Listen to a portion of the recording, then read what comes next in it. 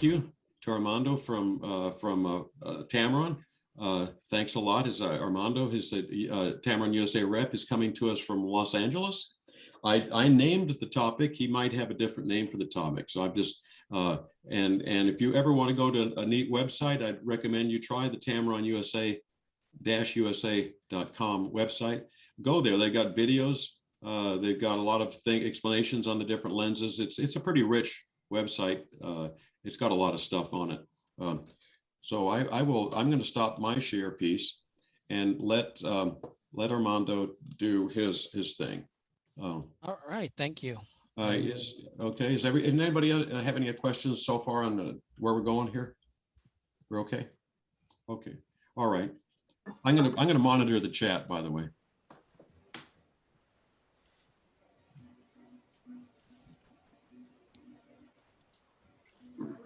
Okay, so thank you everyone for attending, or to allow, for allowing me to attend your meeting. Anyway, the presentation, I like to call it How Lenses Work. It's not really an in-depth as to the workings of lenses, but just, on the surface as to components and, whatnot. But anyway, as we all know, the eyes of photography have always been the lens, and lens technology has evolved along with the film and the digital camera. So my name is Armando Flores. I am a tech rep for Tamron USA, have been for a little over 7.5 years now. But before then, I did do some time at Sony. I was a rep there for 5 years. And before Sony, I did a little bit more time with Nikon. I was with Nikon for about 22 years. So as you can see, I've been in the photo industry for quite some time now. And photography was simply a hobby. Then it turned into a career. So, go figure, where you're going to end up. But anyway, we're going to be talking about, a little bit about lenses, but these are the topics that we'll try to cover tonight. Anyway, the first lens as we know it today was invented in 1839 by Charles Louis Chevalier. It was a very simple design by today's standards. Now, a lens element is nothing more than a finely polished piece of glass, and a single lens element has a lot of shortfalls. When light goes through the lens, it does not travel in a straight line. It bends, especially at the edges. This phenomenon is called refraction. As light passes through the lens, it bends. The intent is always to have it converge in a single focal point. But light passing through the lens in the center does not travel the same distance or at the same speed as light rays traveling at the edges. Therefore, light coming through the edges of the lens element bend, and it may not converge at the same focal point. So this phenomenon is called aspherical aberration, or the lack of sharpness. Color fringing may also occur. Since red light rays have a longer wavelength than blue rays, they do not converge at the same focal point. This phenomena is called chromatic aberration. But all this could be mitigated and corrected by adding concave lens elements. These lens elements allow light rays at different wavelengths to converge at the same focal point when light is coming through the edges and the center. This makes for sharper images with little to no chromatic aberration, and this has improved throughout the years with lens technology. So how do you make a better lens? Well, the complexity of the lens formula depends on many factors, some of them being the focal length, the maximum aperture, and of course, the intended price point.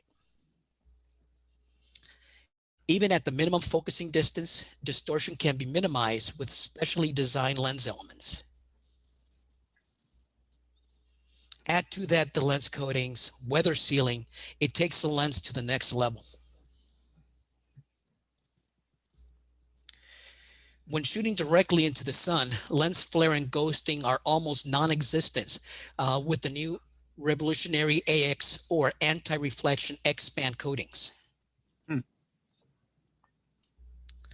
This is accomplished through Tamron's proprietary dispositioning technology that addresses the difficulty of applying uniform coatings using existing technology. Now the coatings can be applied uniformly edge to edge, even on convex surfaces that have a strong curvature. As a result, reflectance and color rendition at the peripheral of the lens element is the same on the edges and in the center. Now, of course, there are other components to a lens element other than the formula and the lens coatings. Another aspect of lens design is its intended use when it comes to the autofocus speed. And of course, all this is accomplished by the autofocus motors. Autofocus motors work in conjunction with the camera's autofocus system. And since cameras are usually designed before most lenses, manufacturers, especially third-party lens manufacturers, must take all this into account. They also must take into account the frame rate at which the camera is capable of. And as you know, we are now at 30 frames per second. Mhm. Another component is the stabilization. Now, not all in-lens image stabilization systems are created equal. Some only correct for horizontal and vertical movement. However, Tamron's VC or vibration compensation technology. Now, whether you know this as IS or VR or OS or steady shot, Tamron's VC technology works a little bit differently. We add a third axis to that correction. As you can see in this diagram here, there are three motors that the VC lens element sits on. And these motors will correct for horizontal, vertical, and diagonal movements. Because when you are hand holding a lens, you don't move in a horizontal or a vertical fashion. Your movements are all over the place. Hey, Armando, Yes. on some of this interesting technology, is this patented by Tamron? Is it? Yes. Tamron's, as we call it, the triaxial axis correction VC technology. It is patented, and we do actually sell it and license it to other manufacturers. I don't know if you really know this, but Tamron is actually the largest optical company in the world. We manufacture at any given month more lenses than all of the other industries combined. And the reason is that we are in a lot of different, aspects of optical design. The lens for digital cameras or whatever camera you have, that's only about 20% of what Tamron actually does. We have a very strong foothold when it comes to surveillance equipment as well. We are also in the new arena, which is the autonomous vehicle technology. So all of the new vehicles that have all the sensors from, that prevent you from, straying off your lane and so on and so forth. That technology is, being done by Tamron as well. And when you talk about the ability to focus on a point and all that with a lens, you were just showing, of course, one lens there. A question here has to do with zoom lenses. I guess you may get into that, but I'm sure the problem of focus like that is very compounded quite a bit when you get into having to zoom through. Absolutely. It actually becomes a lot more difficult to correct for everything. Not only are you dealing with, for example, for a lens that has a very wide focal range, you have to deal with distortion in the wide end and in the telephoto end, as well as autofocus speed. So all that is taken into account when you are designing a lens. So I'll tell you a quick story. So my first trip to Alaska a few years ago with Tamron, I was very excited to go. Never been there, and packed my 150 to 600, and I said, I'm going to go out and shoot some bald eagles.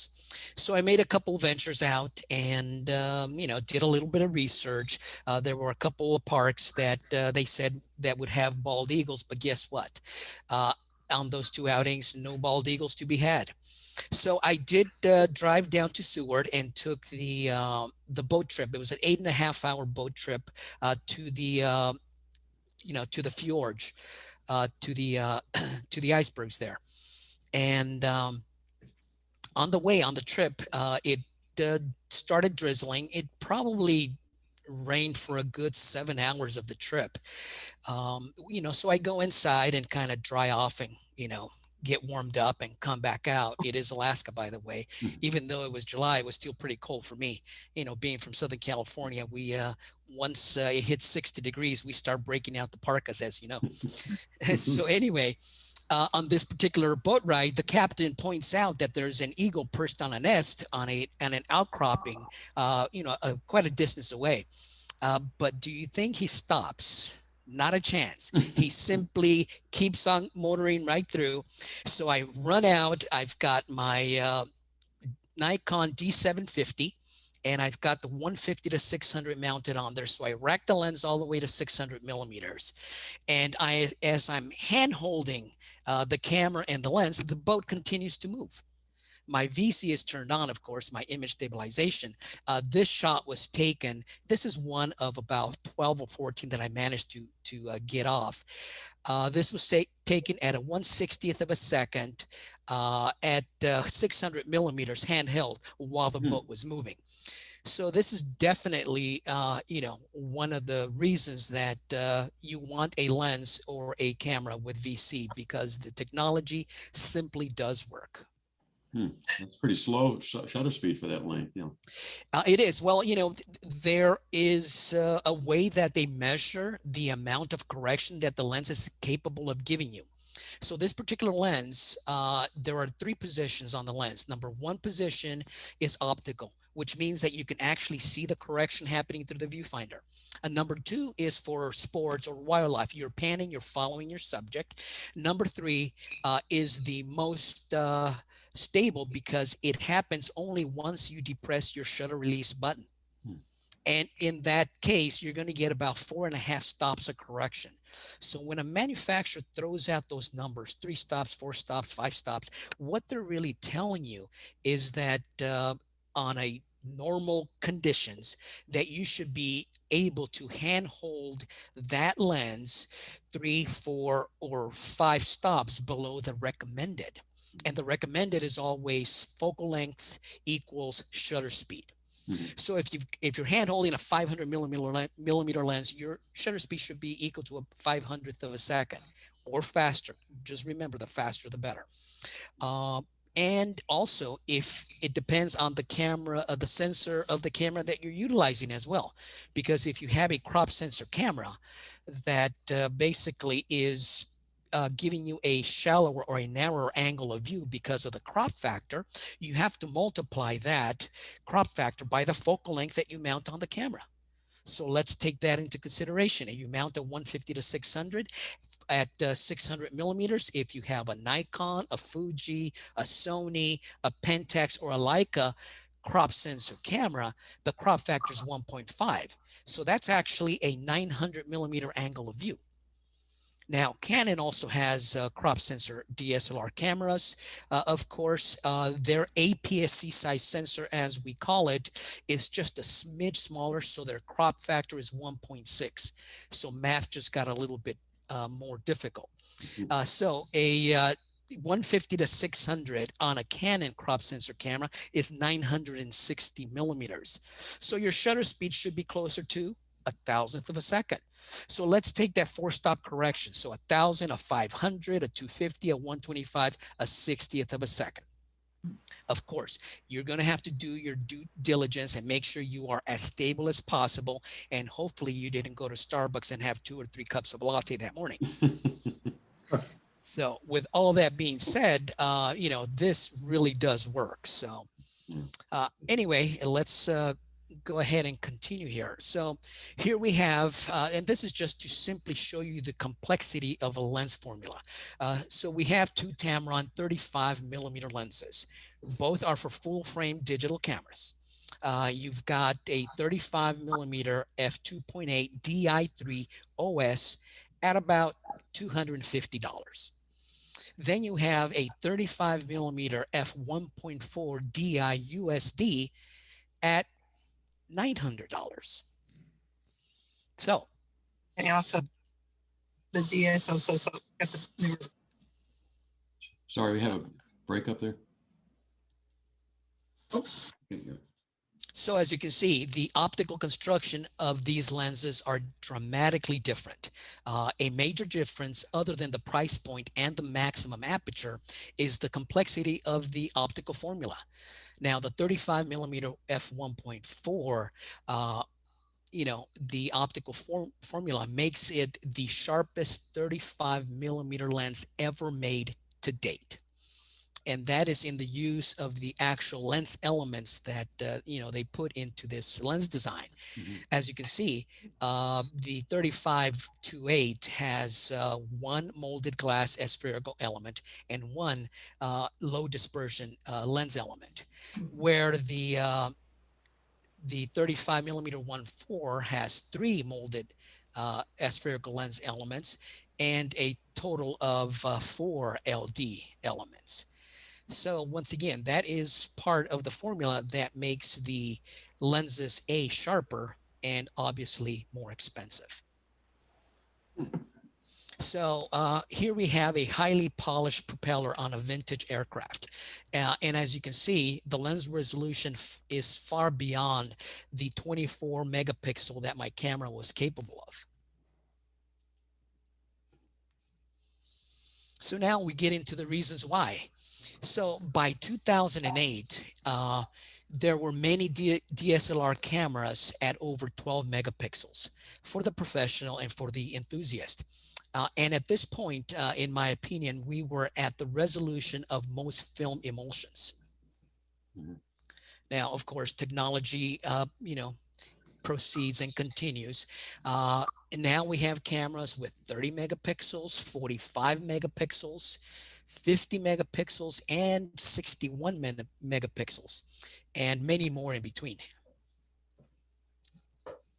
So when will this all end? Well, who knows at this point. Technology just keeps getting, even better with the pixel resolution, pixel count, noise, and all that good stuff. But anyway, that's a totally different topic, and that's a totally different presentation there.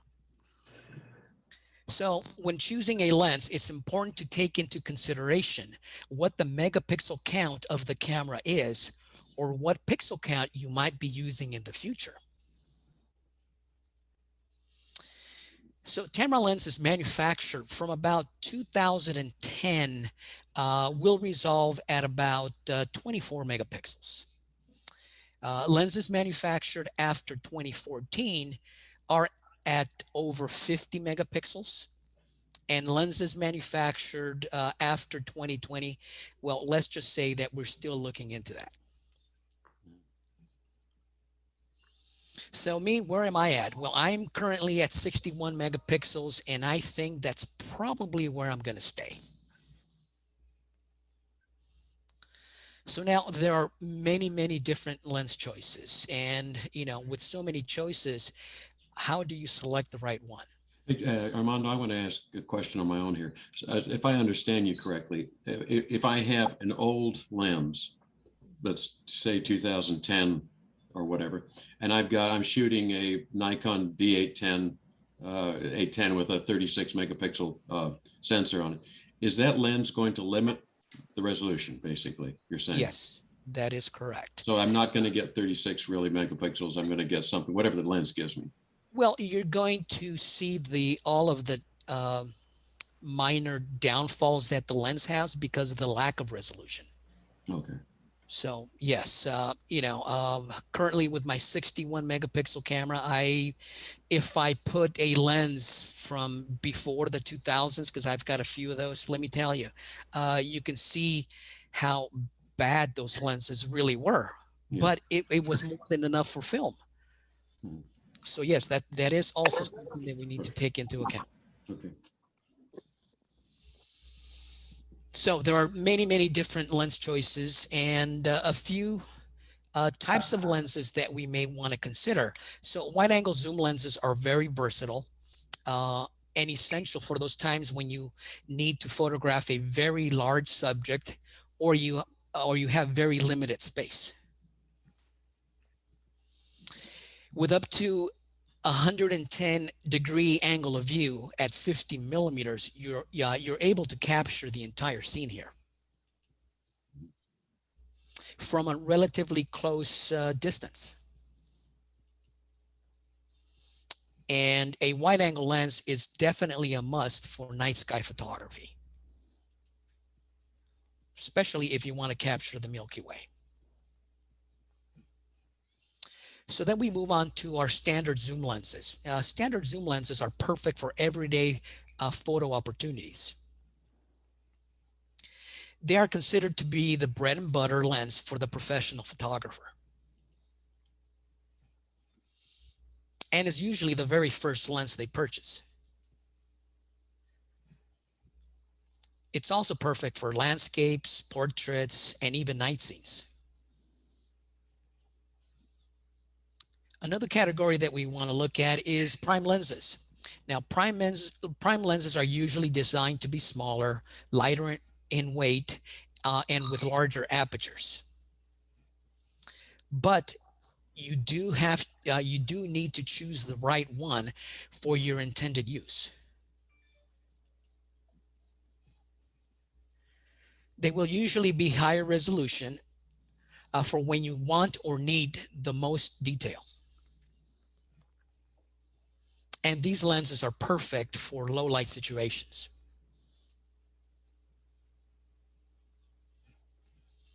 Another category that we have is telephoto lenses.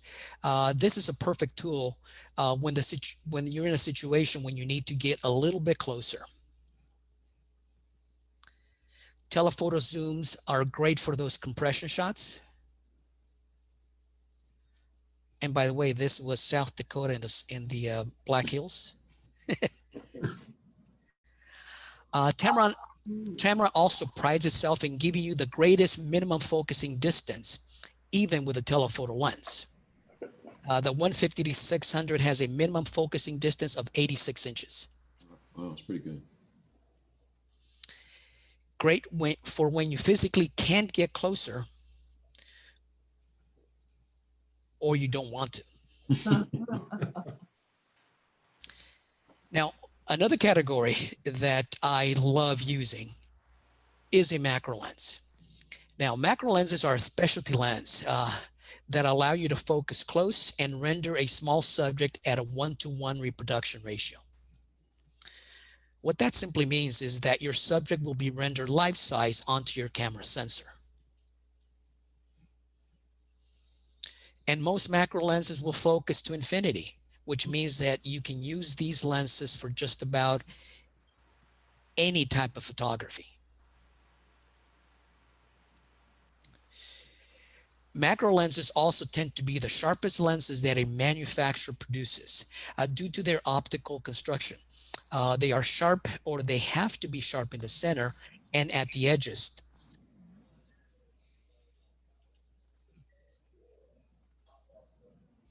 And then the category that Tamron is known for. Tamron is known for the all-in-one lens manufacturing. They actually came out with that particular category back in 1992. That's when they started making the all-in-one lens. So if you're not sure where to start, or if you're new to photography, an all-in-one lens is going to be the most versatile lens in your camera bag. Perhaps maybe not the fastest, and perhaps maybe not the sharpest, but definitely the most versatile lens that you will have.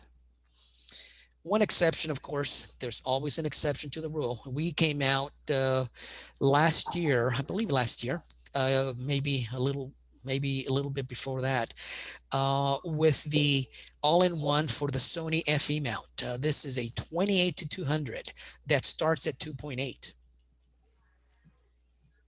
That's an E mount? That is an FE mount. So FE is relegated to the full frame Sony cameras. However, with the Sony and the Nikons, you can use those lenses on any camera that, any camera that they manufacture. Mhm. So even at the maximum aperture or f2.8, you're still able to capture nice sharp images. Now, an all-in-one lens is also great for all types of photography, even moving subjects. It's a great travel lens. It is definitely one of my go-to lenses. Anytime I go to a particular event, I always put an all-in-one lens in my camera bag, because sometimes I may just want to walk around, downtown or, whatever area, and not really want to carry everything. I'm still in photography mode. I still want to take pictures, and I want to take good pictures, but I don't necessarily want to do all that work.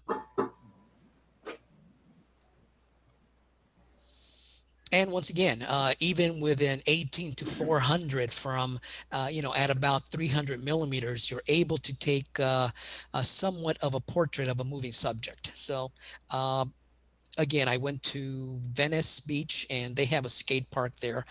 There's probably about 20 to 30 people at any given day skateboarding. There are many different ramps and, a swimming pool kind of environment. So there are decks across the skate park there, and there was this one guy just skating across. Now, he didn't stop and pose for me. I simply switched the image stabilization on and just followed the subject until it got to a certain point, and fired off 3 or 4 frames, and that was it. Now, I know we do have some questions, so. Well, thank you very much. Yeah, let's go ahead and open it up. You don't have to worry about the chat. We don't have too many people here. So if you'd like to ask away, please do. Yeah, Armando, I have one question. It appears to me that in the all-in-one zooms, Tamron is very unique. You guys have patents on those type of lenses? Well, we do have patents in a lot of the technology that goes into the lenses. For examples, anytime that we design a new lens, if the need arises, we will design a new motor for it. Case in point, that 28-200 for the Sony FE mount, the 18-400. That is the largest focal range that anyone has ever created. And the construction of that lens did relegate itself to a brand new motor just for that lens. So, and all that is patented. Our lens coatings are patented. And again, since we are the largest optical company in the world, a lot of companies do come to us so that they can use some of our technology. Okay. I have a question that,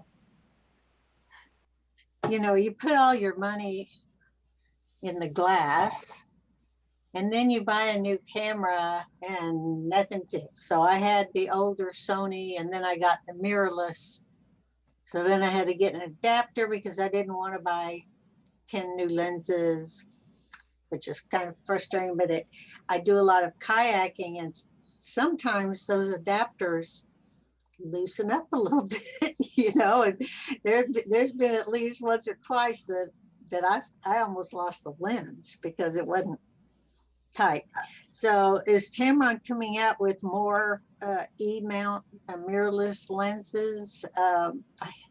And it's frustrating because I'd like to sell some of my old lenses, but they're worth nada, Well, right now. Let me tell you where I think this whole photo industry is going. Now, once again, I started selling cameras in 1983 at a camera store. Worked at a camera store for 2 years. And while I was working there, I was also going to college. I was studying photography, and I got hired by Nikon. So I went and jumped directly into that. I never really practiced the photography that I was studying, but I learned on the job. And I was there when autofocus first came into play, if you remember that. So I've seen all the changes that happen or have happened since. I actually did get a chance to field test the very first digital camera that Kodak actually invented. So I've seen quite a bit of it. And let me tell you, lens technology always lags behind. And as the market changes and segments from one to the other, and it's usually through monetary reasons. I don't know if you remember the APS-C film format. Anyway, that format was brought into play by the film manufacturers, Kodak and Fuji. They wanted to sell more film, so they created this brand new film format that took about $1.5 billion to create. And everybody had to buy into it. Nikon, Canon, Minolta, I mean, just everybody bought into that. And 3 to 4 years later, it was dead. But what happens is as technology improves, sometimes the old lens mount just doesn't work any longer. Canon, for example, has changed their lens mounts 3 times with the DSLR. And now that they came out with the mirrorless cameras, you have a whole new mount again. So some of the technology from lenses really doesn't go backwards, or it doesn't like to, or it really struggles to, even with lens adapters. So my opinion is always, if you're going to buy into a new camera system or a new format, if you're going to go from DSLR to mirrorless, it's always better to go with the native. Yes, that's going to be a big expense, but you're going to be a lot happier. It's going to perform better. And believe it or not, last year, more mirrorless cameras were sold than DSLR cameras. So the transition and the change is here. This year, I'm going to guess that mirrorless cameras are going to be over 50% of the market as opposed to digital SLRs. That is one of the reasons why Sony jumped out of the DSLR market about 3.5 years ago. And you probably bought a Sony with an A mount or the Alpha mount, which was actually the original mount from Minolta, because they bought out Minolta or their photography division back in 2006. So long story short, and I know people always say long story short, it's too late. I've already made it too long.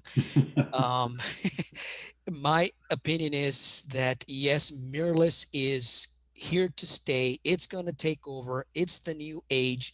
And in 2 or 3 years from now, there only may be 1 or 2 different DSLR models in the market.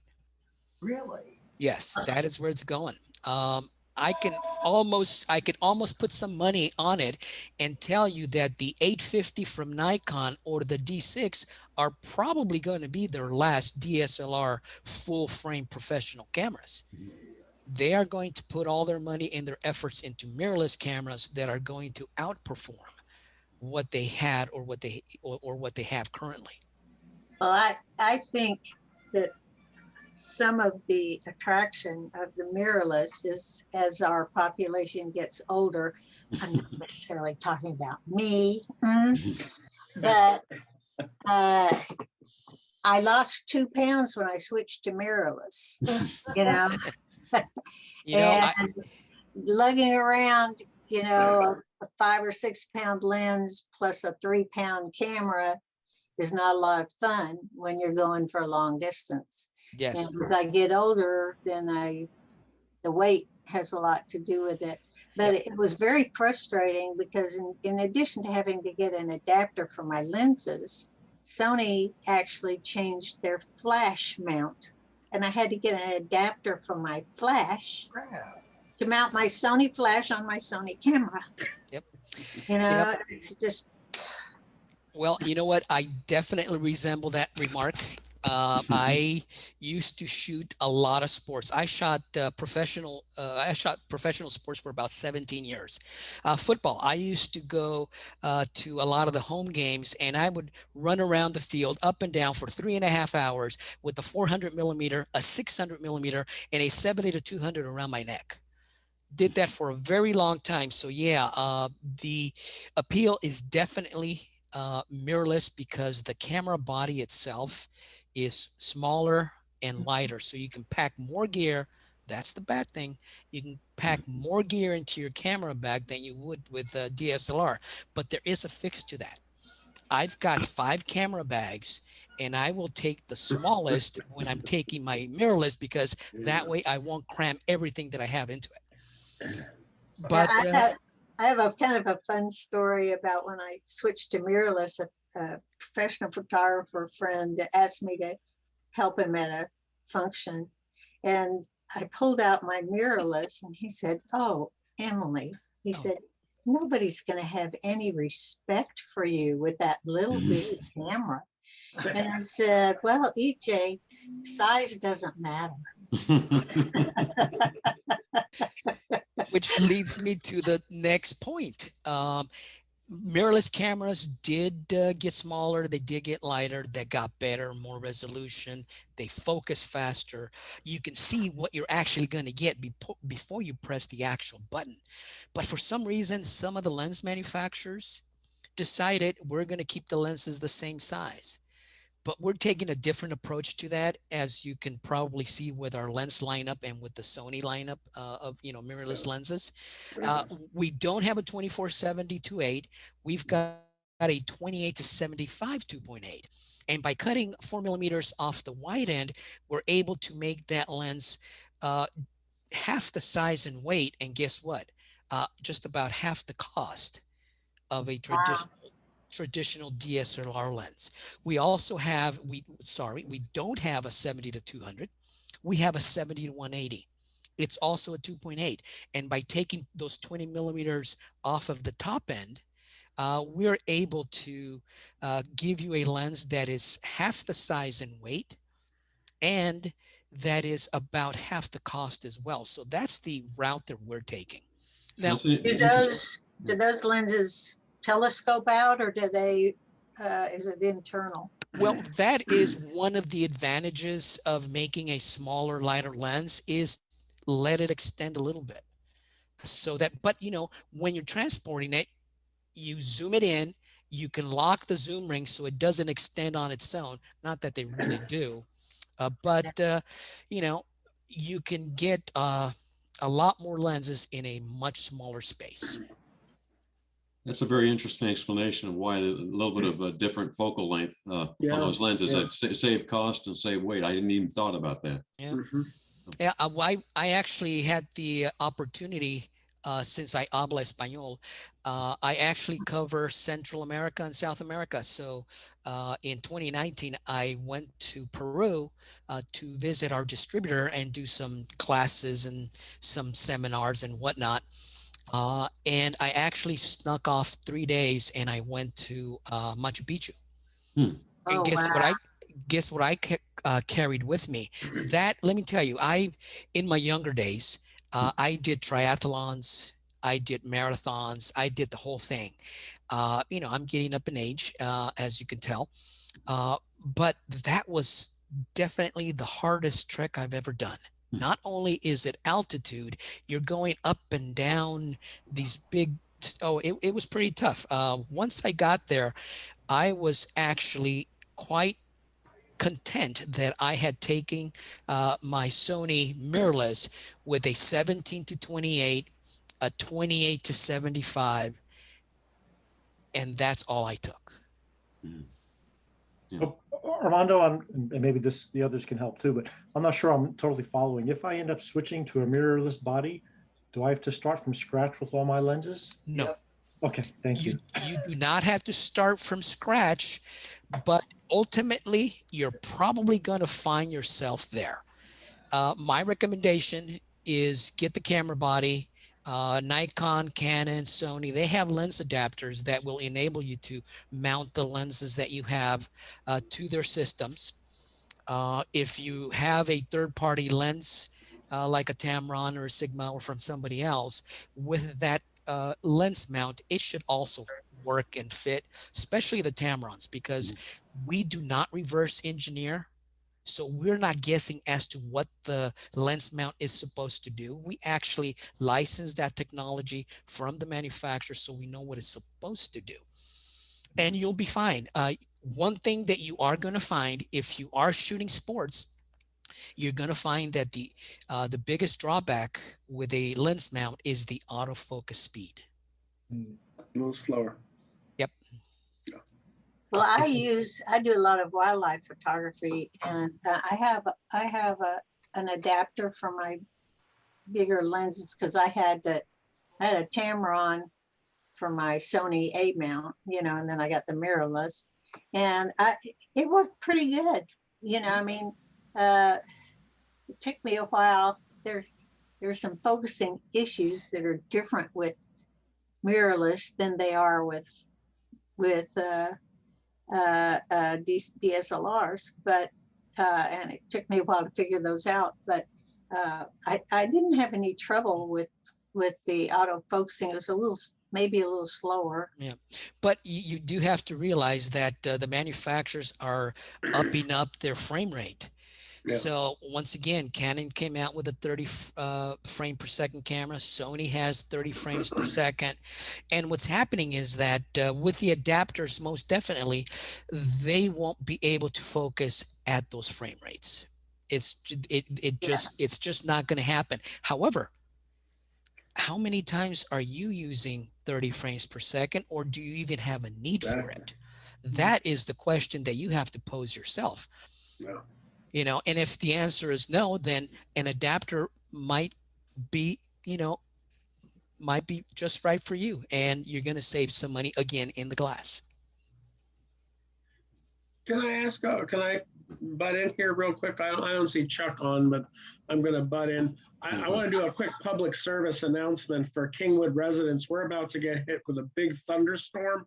So you may lose Kingwood cable, or you may lose power, or you may not. But anyway, if you hear thunder, there's a big storm moving through. Anyway, but I know some of us deal with that every day. But I want to point out something too. I've been a Tamron owner for 10 years at least. And I think I'm 3 or 4 lenses. I'm a VIP, which is a little classification they give me. I'm very happy overall. I want to speak a little bit about their warranty. Mm-hmm. And again, not all cameras have warranties, but one of the things I like about Tamron is they do that extended warranty. I think it's if you register, you get an extra couple years on your warranty, which is a little incentive to register your product. But well, I've had 1 or 2 times I had to send a lens in for repairs, and I had nothing but good results.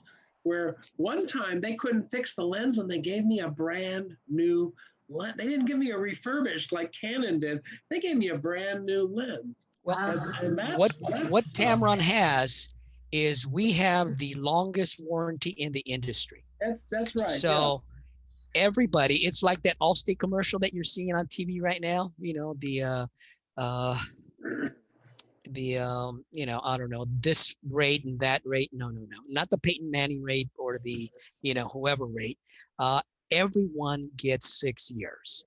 If you register the lens, the advantage is that we have that information on board already. If your lens, for some reason, if it's a manufacturer's defect, or guess what? This is a hidden secret that the Tamron VIP members know, is that if the lens gets a little loose, it's maybe 4.5, 5 years old, and you feel that maybe it's a little sloppy or a little dirty, whatever the case is, you send it in to us, and we will basically rebuild that lens for free. Yeah. It's under warranty. You don't have to ask for it. You simply just say, okay, I think I need this checked, and it's simply done. We also have the fastest turnaround time in the industry. Now, again, when I worked for Nikon, I was actually working in the NPS department. That's Nikon Professional Services. You had to be a professional. You had to prove that you were making your living solely in photography to become a member of this. And one of the perks was that you got expedited repairs. Now, on a good day, it would take about a week. On a bad day, it would still take 2 or 3 weeks. Now, Tamron's turnaround time has changed a little bit with the pandemic, but it's still the fastest in the industry. Regularly or normally, it's 3 days in-house. And since you sent in your lens and we didn't have the parts or couldn't get the parts, we keep to our turnaround rate, and that's why they gave you a new lens. Because Can I register my old lenses? you can check with our go to nikon-usa.com and go to service. There's an 800 number there. They'll be able to help you and tell you which lenses and so on that you can register. Okay. Armando, before we have this storm and if we lose you, how do we get in contact with you? Because I'm going to you and you're going to build me a whole system with the camera and everything, okay? Oh, wow. I will go ahead and give you my email address, and it's very simple. It is aflores@tamron.com. Okay. That's AFLORES@tamron.com. Very simple. Okay. Thank you so much, because you'll be hearing from me. You're welcome. That's a threat. That's not a threat. Armando, I have, go ahead. That's okay.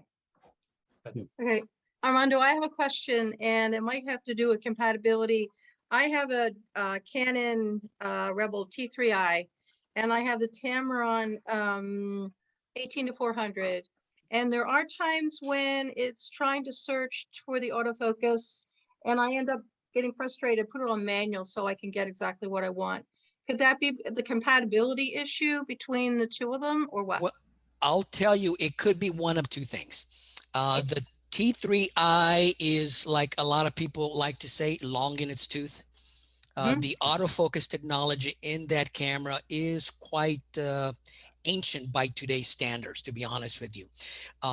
One thing that I would do, or I would recommend, is have the camera inside the cavity of the camera. If you remove the lens, power down the camera, there is an autofocus sensor that is down below that mirror that's in the way. Okay. So if you take a hand blower and try to get in there without touching or damaging anything and blow the dust off, it could be as simple as a small dust particle covering the autofocus sensor that's giving you that type of, that type of issue. Okay. Another thing that it could be, like I said, the autofocus system on the T3i is a few years old. Those autofocus systems back in the day usually needed at least an f5.6 or an equivalent aperture lens in order for it to focus properly. So if you have a lens with a variable aperture and the light levels are getting down low, let's say I'm going to pick on the 150-600. It's an f5 to 6.3.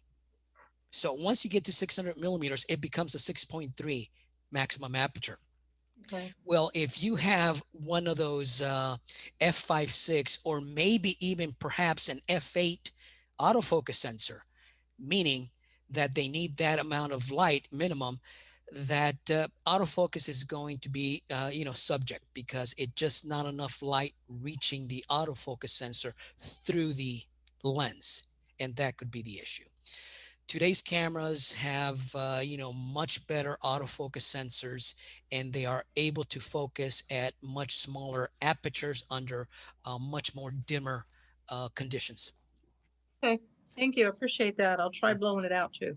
Great. I found when I got my first mirrorless, it was a Sony A7 II, and it just seemed to take so stinking long to focus. By the time it focused, my subject had disappeared. Drove me crazy. And then I discovered it wasn't that it was the mirrorless, it was that model. And I went to the A7 III and huge difference, Yep. huge difference. So, you know, I think it's always a good idea if you're buying a new camera to go where you can actually manually hold it in your hands and try it out and see how friendly it is. There is a lot to be said about that. I am that type of person where I need to first play with it before I can make a decision. Mhm. You know, there's a, I just do a promo here for our local camera people in Humble. The Humble Camera Center does rent lenses, and they'll, you know, talk to Brad down there if you want to try something out. If you're Yeah. thinking of buying a lens, sometimes he'll have a lens that you can rent and you can try it out there. Good idea. Good, good. Armando, I have a question about your 28-200 for a Sony. Sure. Does it depend on the in-camera stabilization? It doesn't have lens stabilization? That is correct. So any lens that we have that does not have the designation in the name of VC, it is camera dependent. Okay. Now that, you know, is changing. We do have lenses that have come out and lenses that are coming out with VC in the lens as well. So that coupled with the camera stabilization should be quite an improvement over, you know, what you've had in the past. Mm-hmm. Yeah. Well, I've always heard that if your lens was over 200 millimeters, you needed in lens stabilization. That in camera will work up to about 200, and after that, it doesn't work too well. Yeah. Okay. All right. Well, thank you very much, Armando. Is there any other questions here?